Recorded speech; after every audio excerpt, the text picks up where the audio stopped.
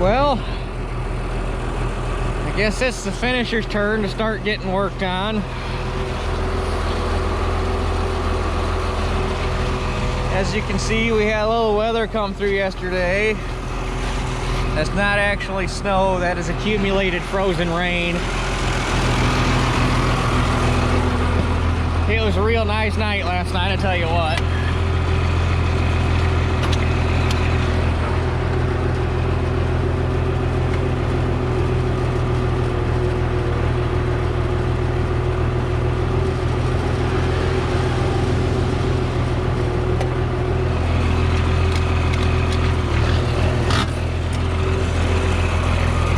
Since we're in between projects,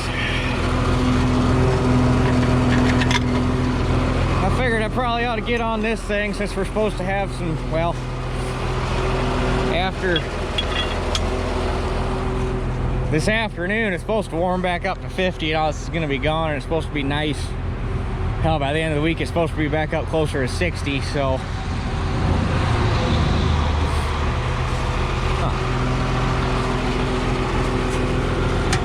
my PTO lever. There it went.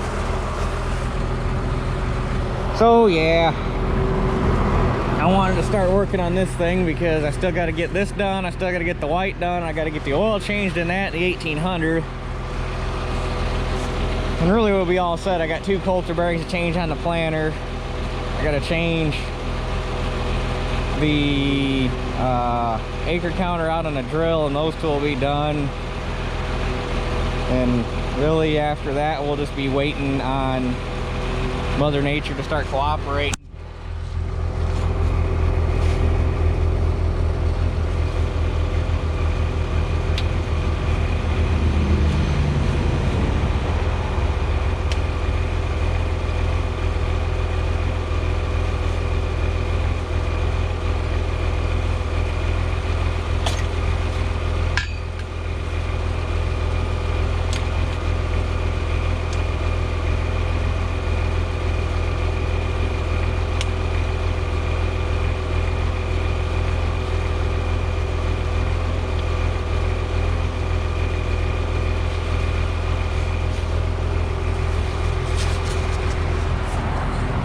Tell it's cold out. Them hoses are, well, it's not too terribly cold, but them hoses are a little stiff.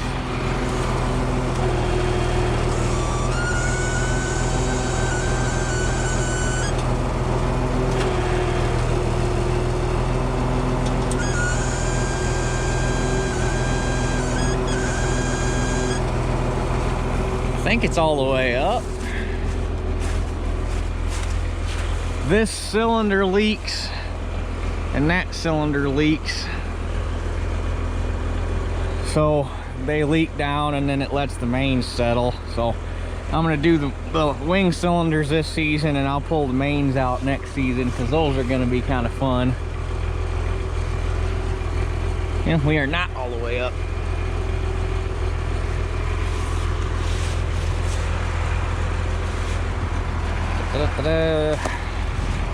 Since these are rephasing cylinders, you kind of just got to hold the lever and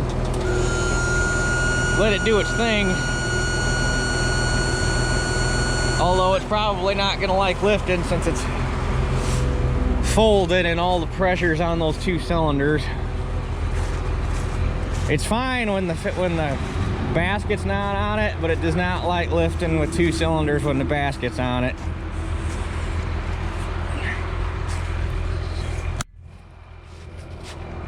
And do the jack on the finisher first. And fun fact, I have pulled this thing in the field with the 1955. When I first got it, I wanted to try it just for shits and giggles because, you know, why not? I didn't pull it very far and I didn't pull it very long because she didn't like it, but she did pull it.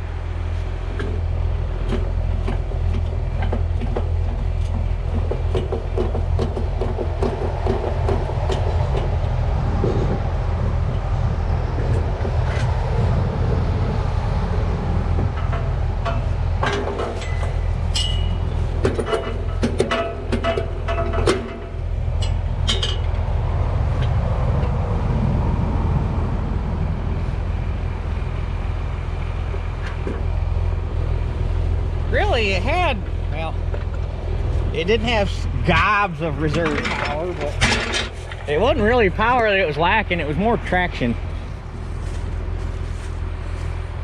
Because you wouldn't think this thing would pull that hard, because it's not really much more than a field cultivator with a set of disc gangs on the front, but I tell you what, it pulls hard.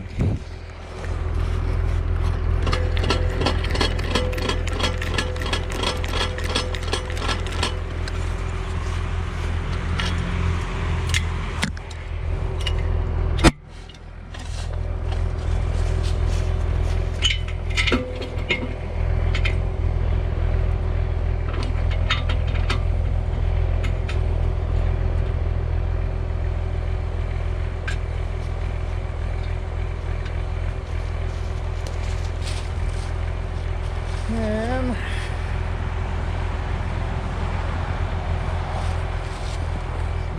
both jacks are up. Get my block out the way. Can go there for now. Alrighty, I think we're good for the trip back to the house.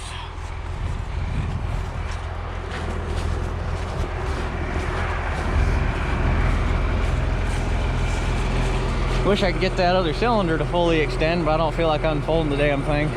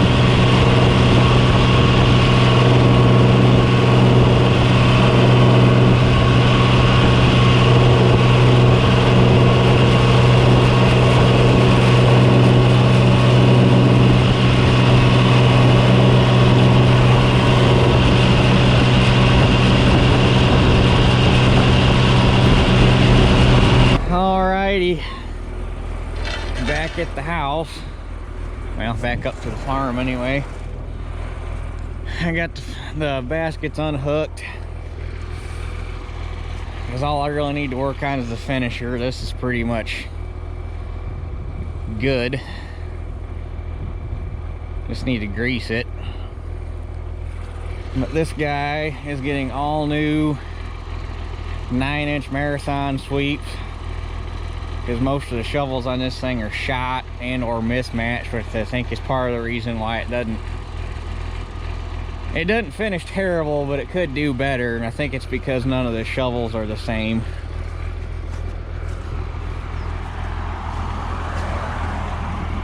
And a lot of them look like that guy. So it's getting all new shovels, getting those 2 cylinders rebuilt. And I could have swore I had some chains broken on the harrow back here, but I'll be damned if I can find them. So probably gonna have to get it unfolded and get the bars hanging where you could actually tell. But if I do, we're gonna have to change some chains. By all rights, I really need to change all of them because they're all getting pretty thin. But ultimately, what I want to do is shit can the 5-bar harrow off the back of this thing all together and put a coil tying harrow on it, like what they run on the newer finishers and discs, because I think they handle trash better, and I think they do a better job of feathering out the ground. But until that point, I guess we're stuck with a 5-bar. So anyway, that's where we're at. This next year, this thing's going to be on the list for new disc blades, because they're getting pretty small. But one big bill at a time, because this is probably another 24-foot finisher, so it should be another 40 discs. 1, 2, 3, 4, 5, 6, 7, 8, 9, 10, 11, 12, 13, 14, 15, 16, 17, 18, 19. 19 and 19 is 38, so must be spaced a little different. But 38 discs, so at least another 1,300, well, between 1,000 and 1,300 bucks. Plus, I need to figure out what size blades are supposed to be on it, because we cannot find a model number for this finisher, and we cannot find a manual for it to know what size blades are supposed to be on it. It is, the only thing on it is Glencoe. I think it's on that frame rail. The only thing on it is Glencoe soil finisher. It has no model number. And Glencoe became part of Agco, so if you type in soil, or go on to Agco parts book and type in Glencoe soil finisher, the oldest one it comes up with is a 4200 series, which is a generation or two newer than this. We cannot find what the hell this one's supposed to be, so it'd be nice to know what size blades are supposed to be on it. But anyway, I think that's all I'm going to get done for today, because it's about time for me to go to work. So I guess we'll catch you guys probably tomorrow if the weather's decent, and we'll start whacking shovels off. Well, time to start replacing some shovels. It's just got standard sweeps on it, and this is what it's getting. 9-inch marathons. They got the longer nose on them, they're supposed to penetrate better, and they boil the dirt a little bit better, and they just do a better job. So that's what we're going with. Although my dumbass, I specifically remember counting 3 times, and I don't know how I missed it every time. I don't know what shovels I was missing. I only ordered 29 and there's 31 on it. I don't know. So I just got off Shoop's website and ordered 3 more, so I got a spare. And knowing Shoop, the way they work, those things are already on a truck and halfway here. How the hell they do it, I don't know, but I ordered them this morning and they'll be here tomorrow for sure. So anyway, I guess get the torch going and start whacking bolts, because I ain't even gonna make an attempt. I'm just, screw it, they're coming off liquid.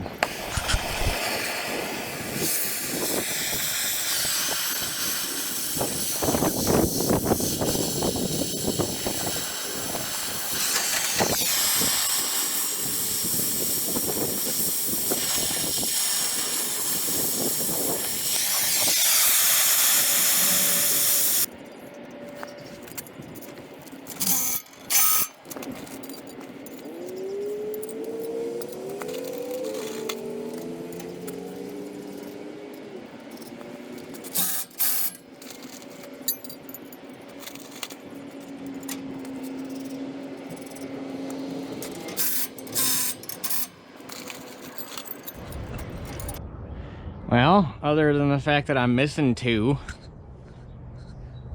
that part's done.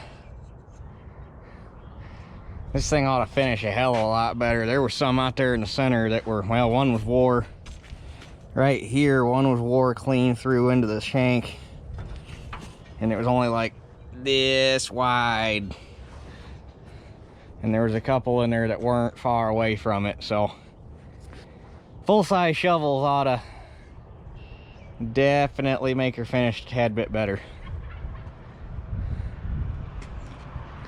But anyway, I got time before work, and tomorrow's supposed to be shitty, so I'm not gonna be wanting to get this or get anything out because it's gonna be raining.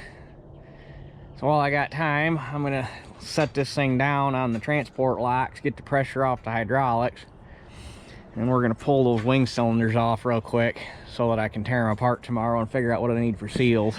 And there we go. I flipped them over in the pail and pushed the oil out of them, so they're pretty much empty. And put some plastic caps on the lines just so that if it does rain tomorrow, they won't get any shit in them.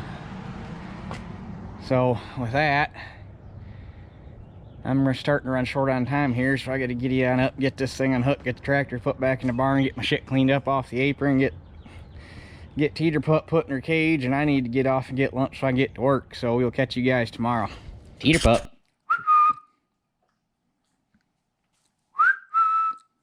What do you got? What do you got? I think you swallowed it already. No, you're chewing on it. What do you got? I got no clue what that was. Something fuzz. Oh, I know what that is. That's fuzz off of a 100R5 hydraulic hose. No big deal. You chew on everything, don't you, goofball? Yeah, you chew on everything, don't you? Don't ya?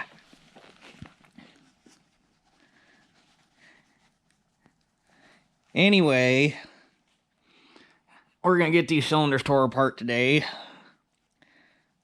Somebody's not gonna like it when I start working on stuff, but she wanted to be out here with me for the time being. She was in the house howling, so I brought her back out.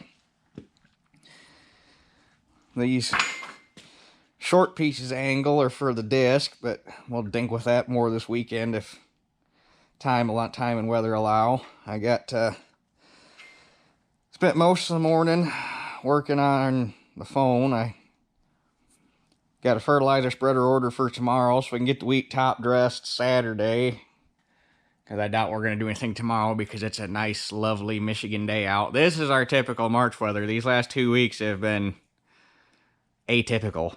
This is normally the shit we get, cold and rainy, which I'd rather get it out of its system now than have it show up in May like it did last year and we're in the 3 rounds of replant. Some guys did 4. But anyway, yeah, I guess get these cylinders up, or get one of these cylinders up on the bench and get it tore apart. I'm going to take this here letter punch. Make sure you guys can actually take this letter punch, and we're going to mark both of these end caps just so that I know which cylinder this is.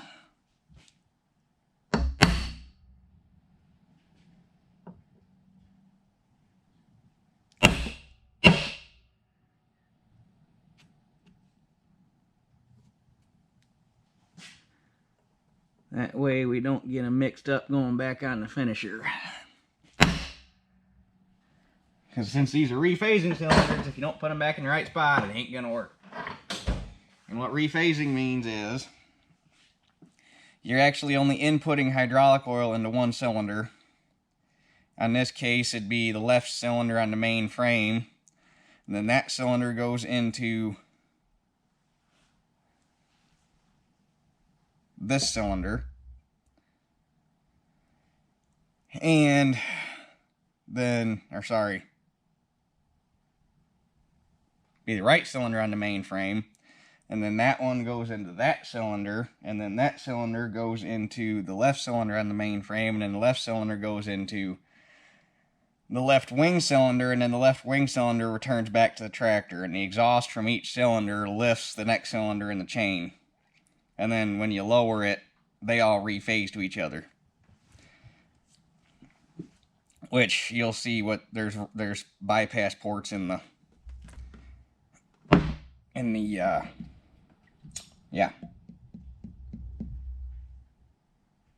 piston that allow it to, you'll see when we get it apart.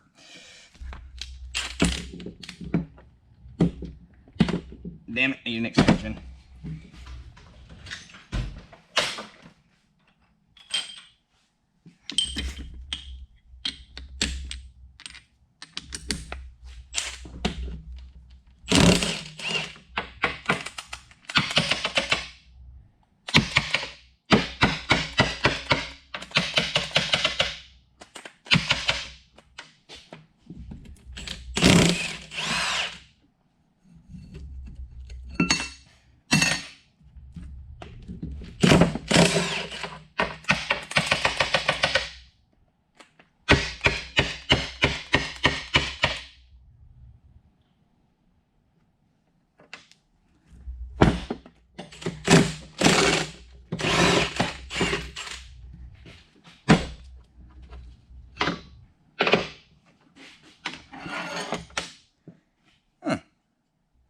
Well, that tie rod's bent. I have to straighten that back out. That's nice. I wonder how the hell you bend it. There's nothing there for it to hit. Okay, now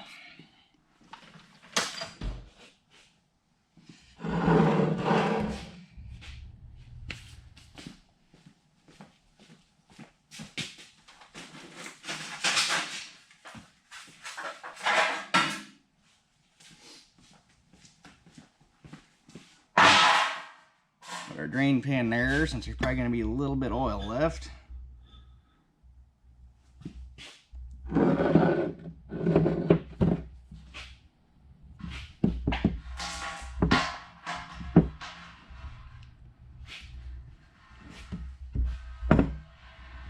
And probably gonna need a love tap.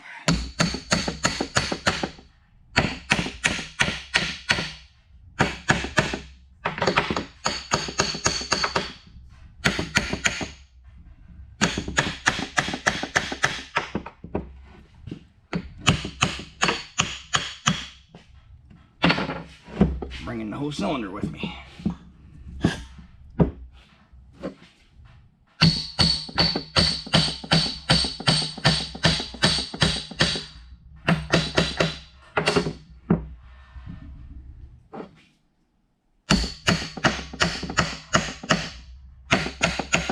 There, it's moving.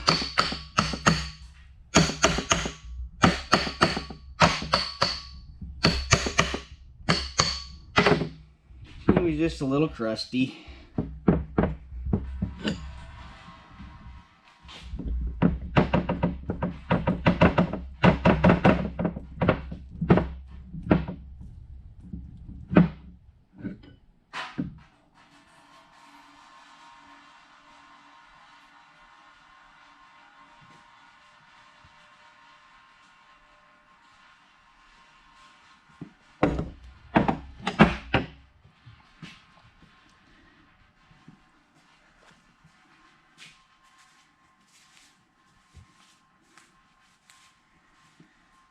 Okay, so there's that.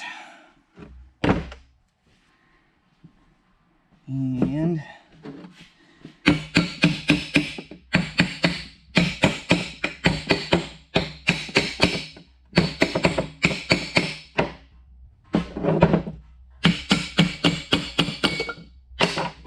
there's that.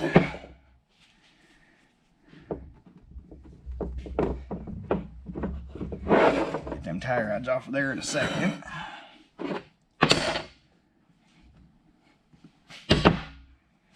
And I need a bigger socket for the nut. Not that big. That guy. Wow.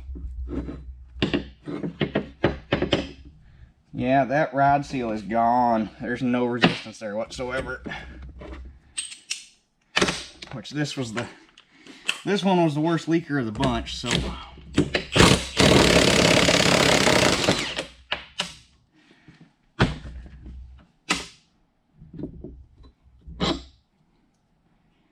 and there's that, and that, and that.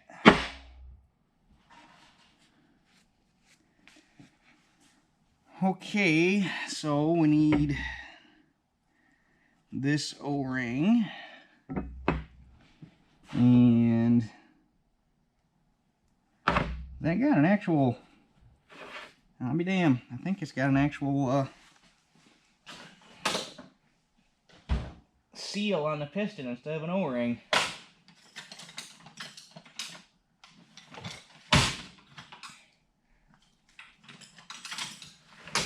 Normally on these cheap-ass tie rod cylinders, you just expect a O-ring and a backup, or I guess in this case, double acting cylinder would be O-ring and two backups, but this looks like it's got an actual piston seal with an energizer, if I can get it out.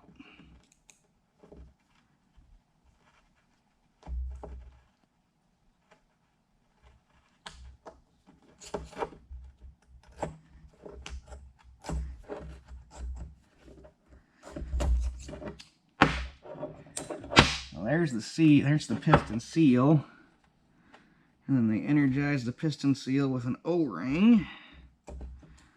like that guy, and that just sits inside of the, they go together like that, and the O-ring pushes out on the piston seal and energizes it, hence the term energizer ring. And then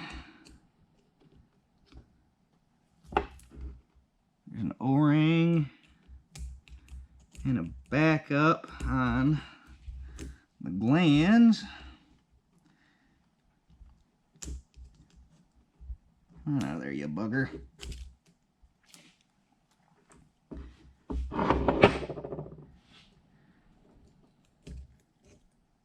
And an O-ring and a backup for the rod seal.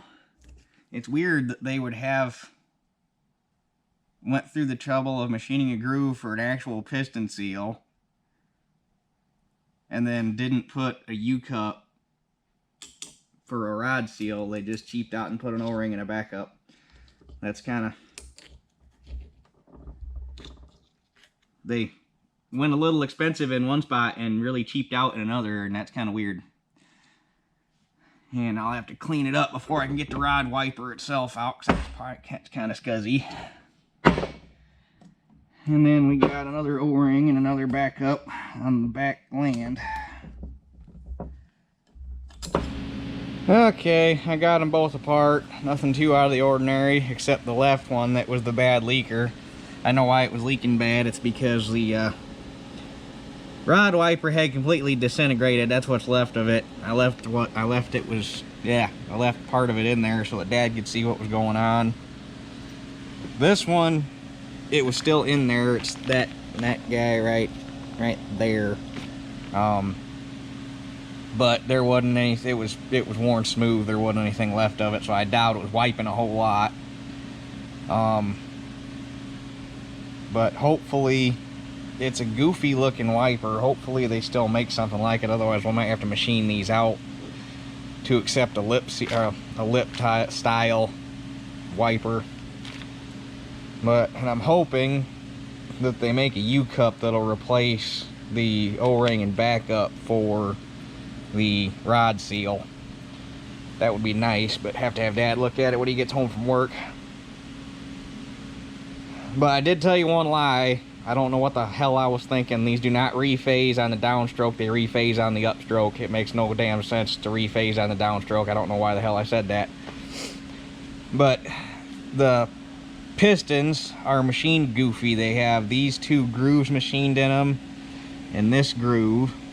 And I say goofy. They're goofy compared to a normal cylinder. They're standard for a rephasing cylinder. And then you got this little button welded on the outside of the tube, which is just a hollow chamber. And you got these two little holes right here. And what happens is, when you stroke out the cylinder fully raised, it lines these two grooves up with the two holes in the tube.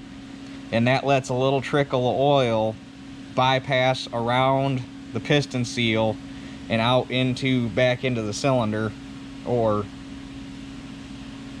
I guess it'd be the other way. It would come through this groove into this groove. It'd come in through that big hole, up over the piston seal, through this little chamber, out through this groove, and then out back into the back side of the rod to finish stroking out the cylinder if they ever get out of time. So that's how a rephasing cylinder works. They rephase on the upstroke, and all it is just a couple extra machining steps and a couple extra holes in the cylinder that allow a little bit of just a little teeny tiny bit of oil to bypass the rod seal when the cylinder is completely extended. So yeah. Anyway, that's about it for me for today, because I got to go to work. So I'm going to give Dad a call and let him know what I found here. And we will catch you guys probably not tomorrow, because I got to take Teeter to the vet for her third set of puppy shots, but we'll catch you this weekend.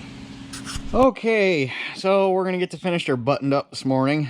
All I got left to do is get cylinders back together, back on it, grease it, check the air in the tires, and hook it back up to the harrow, and it'll be done.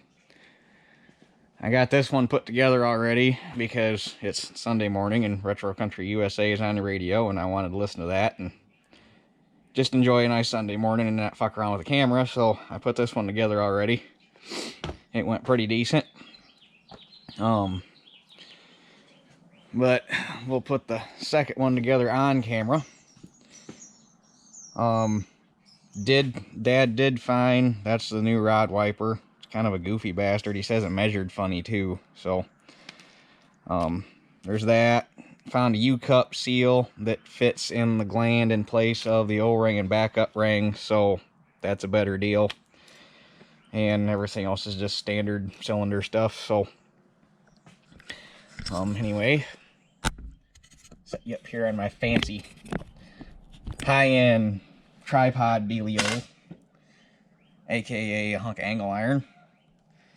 So since this uses that style of seal with a actual piston seal and backup ring, or not backup ring, energizer ring, the first thing you want to do is put this together, because you have to stretch this out to get it, because it's hard-ish.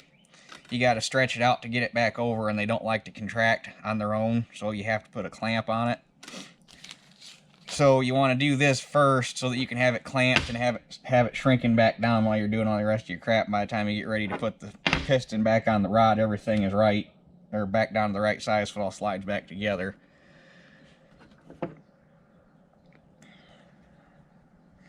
So we'll goober this up with some grease. And on the last video I did, everybody was asking what kind of grease it is. It's just cheap ass. It's Citco. I think it's Citco brand. I don't know. Dad got the tire. No, it's Mystic. Or maybe it's Mystic by Citco. I can't remember, but it's just a cheap ass grease Dad had given to him. And it's not bearing rated, so we're not going to use it in the grease guns. We use it for rebuilding cylinders. It almost reminds you about the consistency of Vaseline. Just nasty, sticky, not fun. But any petroleum-based grease will break down in hydraulic oil. Red bearing grease, Vaseline, basically anything petroleum-based and slick will work just fine. You don't want to really use anything synthetic or not petroleum-based, because it could potentially hurt the seals, because everything in the hydraulic system is made to withstand a petroleum-based fluid. So that's the only thing you really got to be careful of when you're picking something to put cylinders together, is it petroleum based, so that it won't hurt the seals.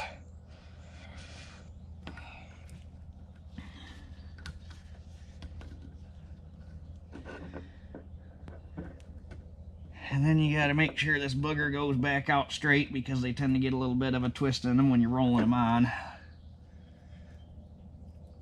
But see how it's all expanded out now, because you had to stretch it so far. Now, because hydraulics is what Dad does for a living, and he's got all the fancy tools, he's got this guy, which is this is what this is actually made for, is compressing piston seals. What the hell is it called? A seal clasper. I don't know what jackwagon decided to make it hot pink. But anyway, I digress. So you just clamp it up like that, and then go like that, and it locks. And you just let it sit there and hold it like so while you're doing all the rest of your stuff. And by the time you go to put it back together, that seal will be back down to size and ready to rock and roll. If you don't got a fancy tool, a piston ring compressor works just as good, as long as you got the ratchet type that you can actually clamp it down and lock it and leave it.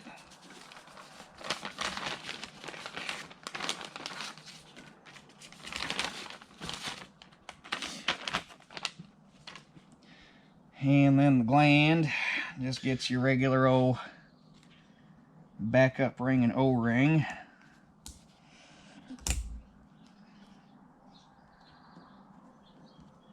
And Did I put that on backwards? I think I put that, no I did not. Or did I?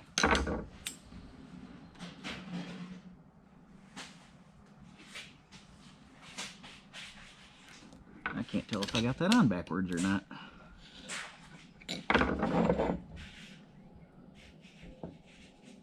No, that's right.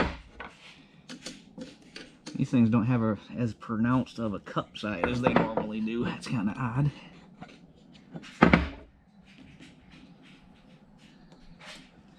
There's that. And put the new rod seal in.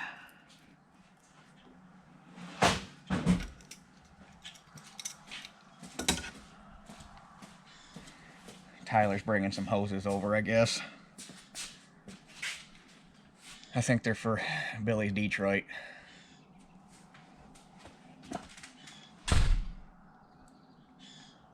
Use the fancy dancy seal inverter. Get this guy in.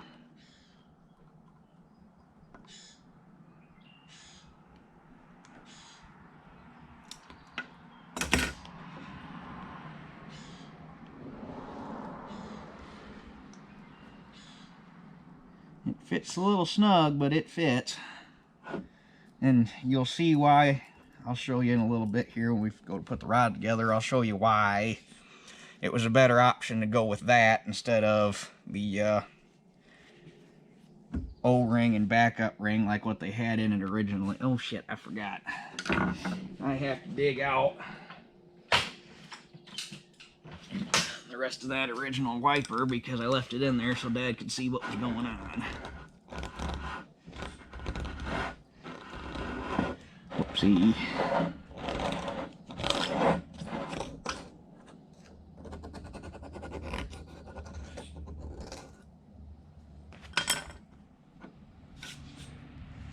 Yeah, that's how disintegrated that thing was. And 9 times out of 10, it is not the pit or the rod seal that fails. It is, well, the rod seal fails, but 9 times out of 10, the rod seal does not fail first. 9 times out of 10, the rod wiper fails, and then every time you stroke the cylinder in, that allows it to suck dirt and shit in, and then that wipes the lip off of your rod seal, and that's what takes the rod out. So if you see not to mention the fact that you're sucking dirt in the cylinder, it gets past the rod seal, and then it starts getting in your hydraulic system, and that's really not good. So if you're ever looking over your cylinders and you see your rod wipers failing, replace it, because it could cause bigger problems. Not just a leaking cylinder, but it could fuck your entire hydraulic system up if you start sucking dirt in. So, now that it's all goobered up and full of shit, I got a piece of paper towel here.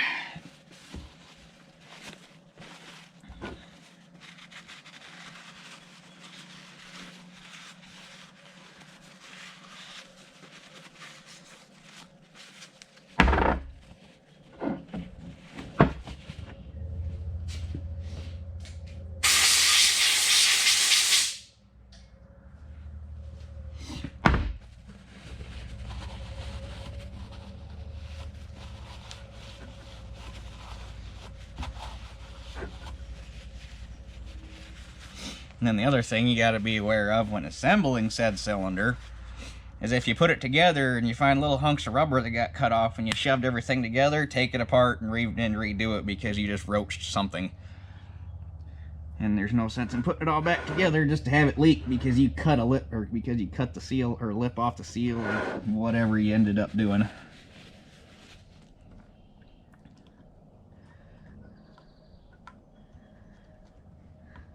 This is kind of a cheese dick rod wiper though I mean, they're tie rod cylinders, so they're cheap cylinders, but they are also, because they're rephasing cylinders, that makes them a little bit more expensive because there's extra machining and stuff involved. I don't know. I figured they'd have had a lip tight wiper in it, because those are kind of heavy. Well, they're kind of heavier than this. Go in there, you little bastard. I fought the other one too. It's kind of stiff.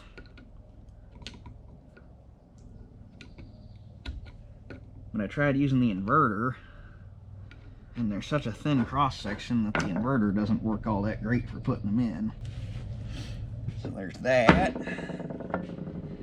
Now, this is why I wanted to go with that U-cup seal instead of the O-ring. And the backup ring is because the rods on these things are a little ate up. It's nothing. Basically what this is going to do is the rod is always going to be a little wet, but it's not going to be like pissing a stream. It'll just always be kind of damp. If you would have went with a O-ring and backup ring, you would have wiped it out in short order because of this, but a U-cup tends to take this a lot better. So that's why I went with what we went with. So basically you got two options to rectify this. One, you buy some hard chrome rod and you make a new rod. Two, you have this rod ground, re-chromed and re-ground. Or for what it's doing and the type of work for what it's doing right now, we'll see. It shouldn't leak anymore. It might just stay a little wet, like damp, but not like oil running off of it. So basically, in order to prolong the life of the wiper and the rod seal, we just want to buff this up and make sure there's no hangers on any of these nicks. So you just take some fine grit sandpaper and clean it up.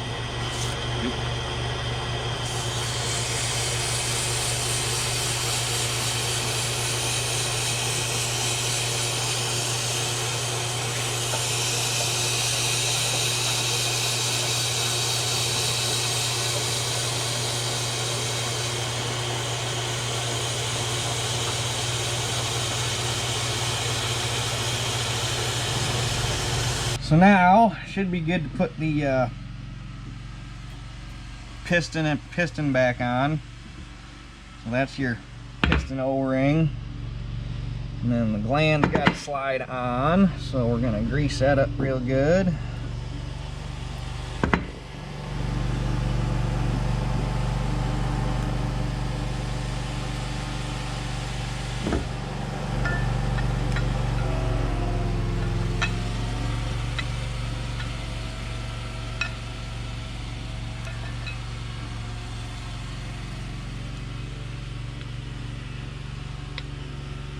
You just kind of gotta feel your way on. The wiper is the hardest thing to generally get past because the lip's going that way. So you gotta make sure you get the lip open and over the rod. There we go.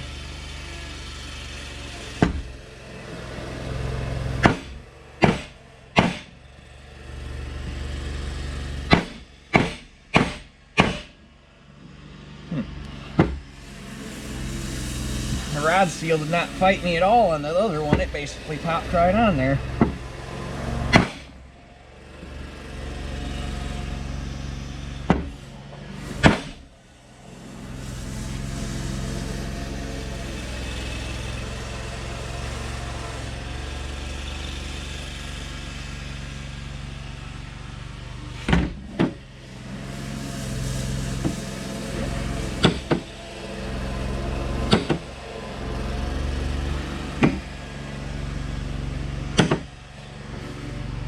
There we go.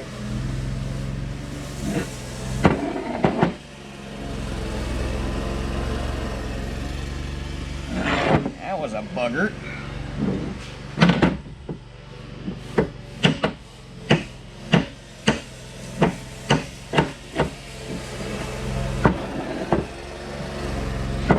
way.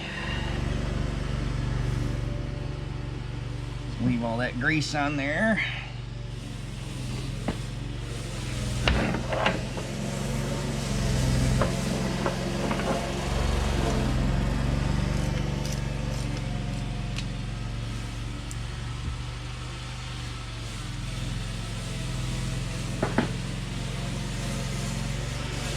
And then there's a O-ring groove machined into the piston, obviously.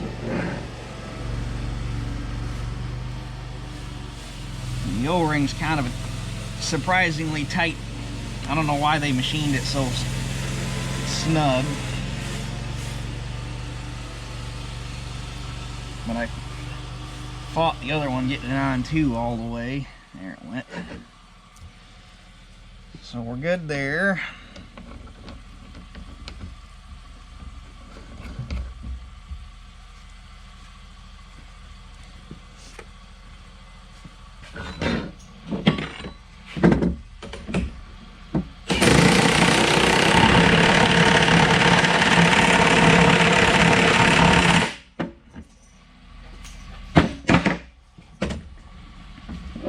Bore in this thing is kind of scuzzy. It's not really gouged up. There's nothing major that throws an alarm off, but it just needs cleaned up a little bit. So you spray some WD-40 in there, and you take your cylinder hone, and just like you would an engine cylinder,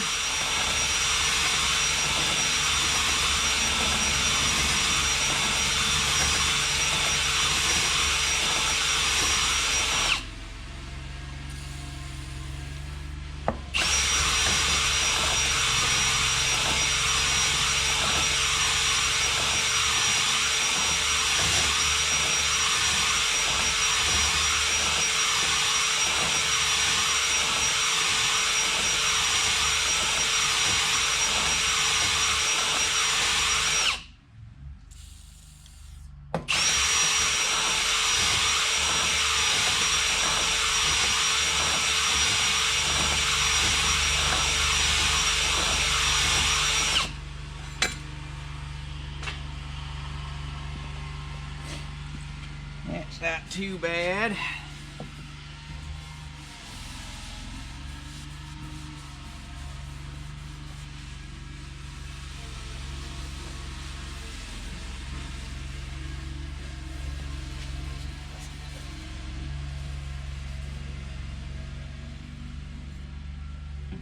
I think I can live with that.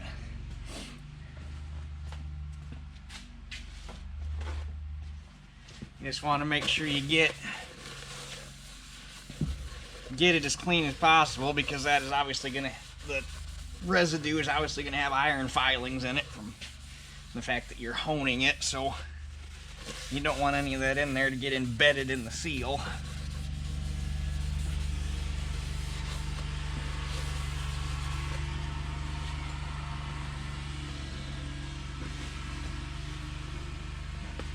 And the one thing I noticed on this, and you can feel it right here where they welded this nub on for the rephasing bypass, apparently when they welded that on there, it put a little bit of a flat spot in the bore, and you can feel it, which makes sense because when I took these things apart and they were fully extended, there's a sticky spot right here. Well, probably because it was hitting that flat spot and the piston sticks right there.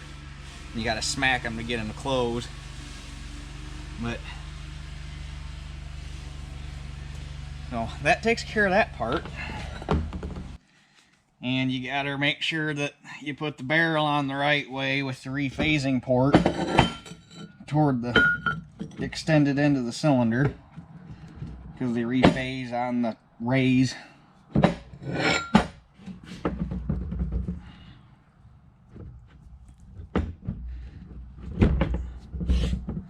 And if you don't compress that piston seal, you're going to play hell getting that in there. That's why it's important to do that.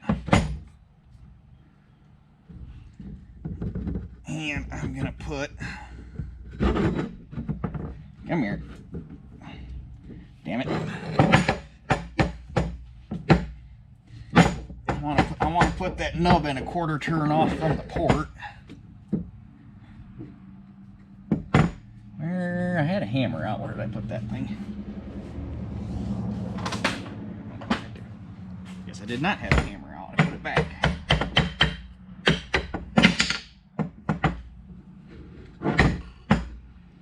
Okay, we're gonna put that guy right there. It's not really important. It just, I don't know. The only thing that's important is you got to keep this out of the way where the tie rods run, because they'll hit.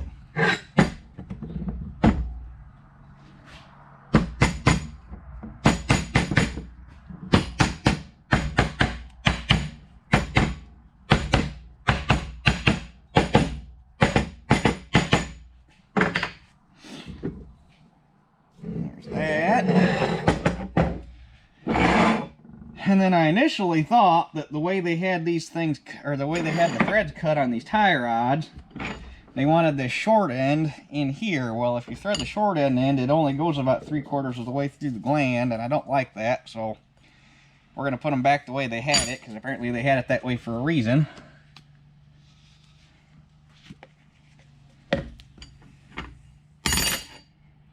And I just went down and straightened out that bent tie rod, so we're not fighting it. I ought to grease that before I put those tie rods on, and they're getting in the way.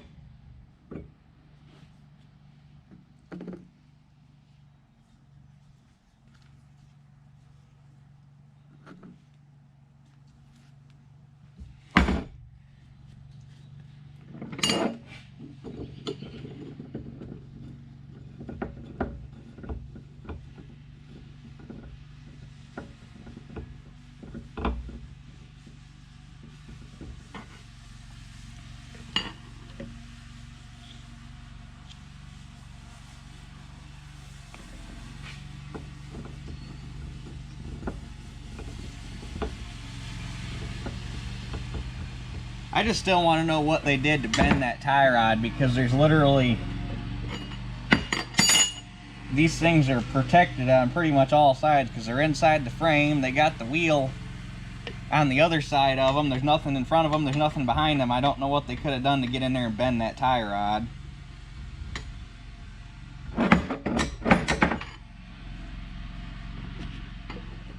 But there are people out there that can tear up an anvil, so I guess in the end nothing really surprises you.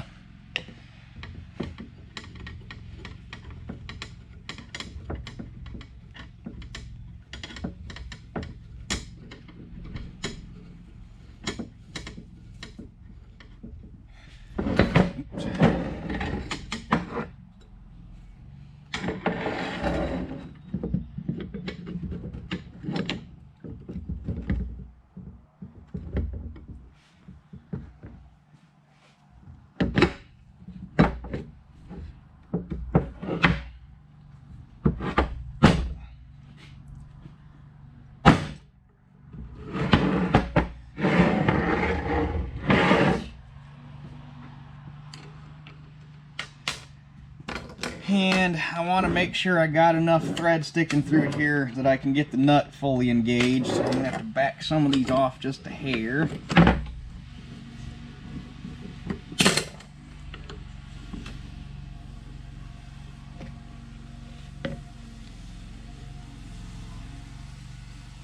And I also chase the threads on the tie rods, and I chase the threads in the nuts, so everything's good and clean.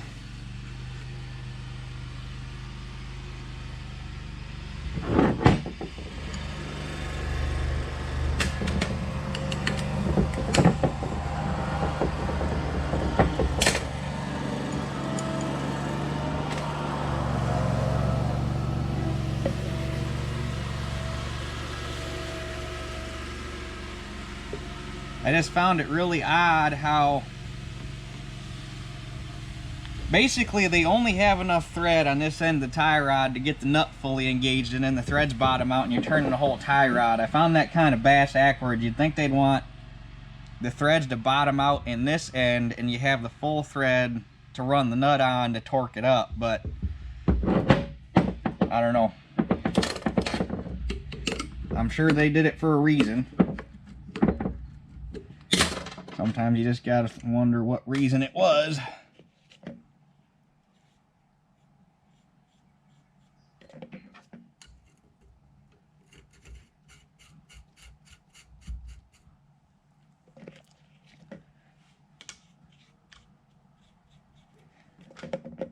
But anyway, from here on out, it's pretty standard.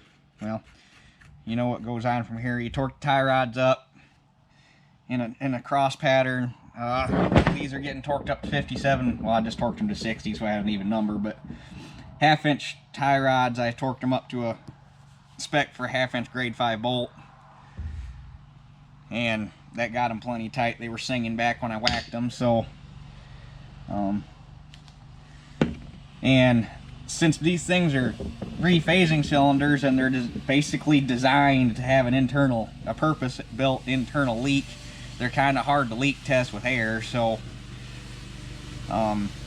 basically about all I can do is check and make sure there's nothing coming past the rod. But anyway, I'll torque this up, go up, get the finisher, bring it down, we'll get them put back on and go from there. I guess one thing I wanted to mention before I go any further than this is if you do air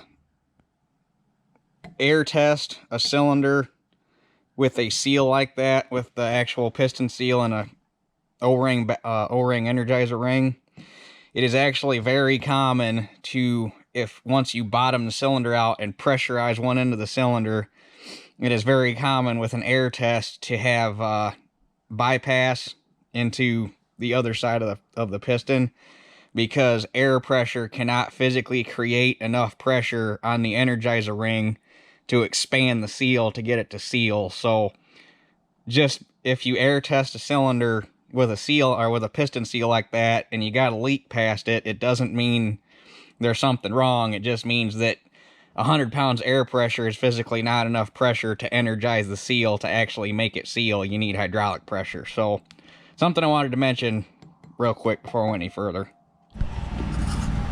Okay, I got them back on, so we're good to go there. Just kind of one final explanation of how rephasing cylinders work, because I've done 2 really shitty jobs so far in this video, but it's going to be real easy to see once it's actually, you can see all the plumbing and it's on here. So what we do is we come out of the tractor, which is this line right here, and that goes into that cylinder, and then that cylinder exhausts into this line, which crosses over and goes into that cylinder, and then that cylinder exhausts into that line and goes over and goes into that cylinder. And then that cylinder exhausts and comes all the way back over here into that cylinder. And then that cylinder runs back to the tractor. So basically, this would be the largest cylinder.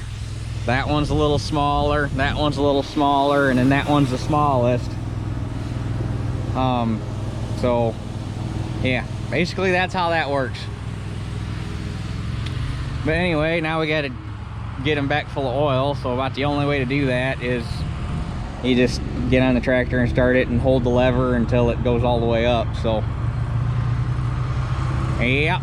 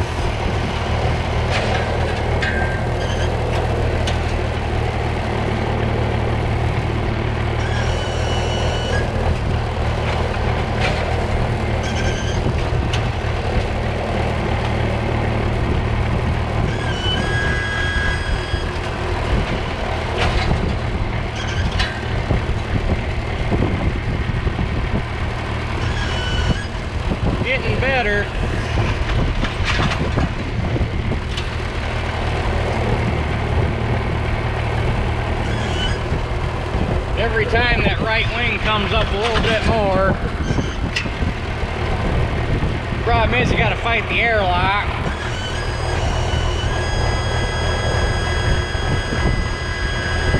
Oh, I think we finally got it beat.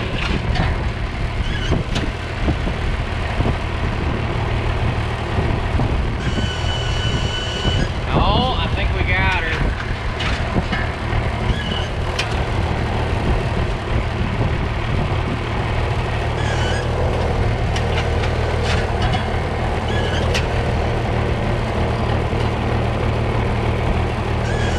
We got her. They're all rephased and they're all working together again. Getting that damn air bubble out of it's always the worst part. Because air in a hydraulic system will do really stupid shit.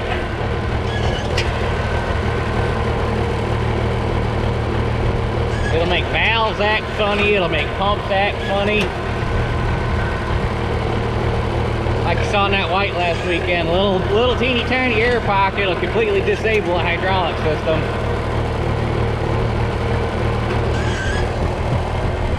Alrighty, sweet. Well, there you go.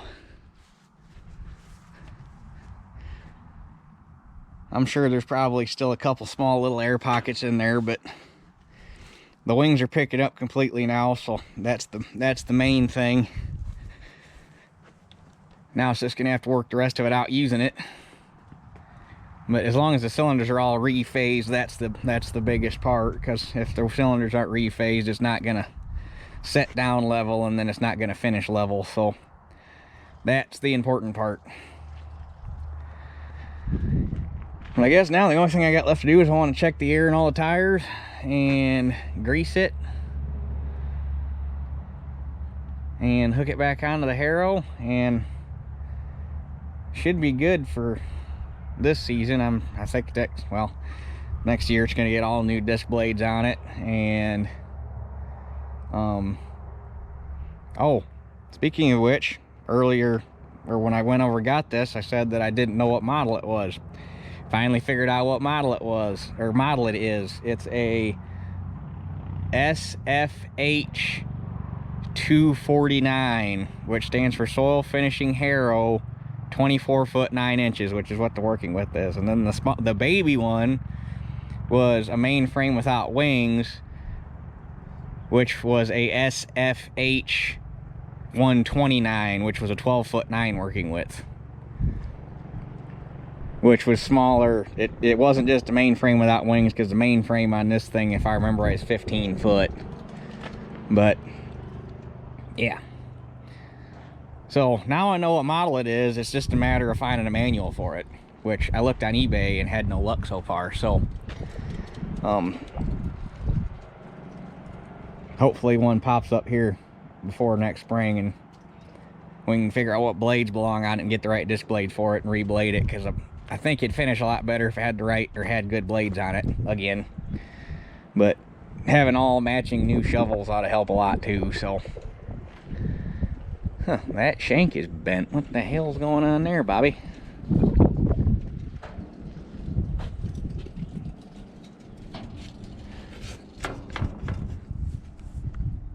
Interesting.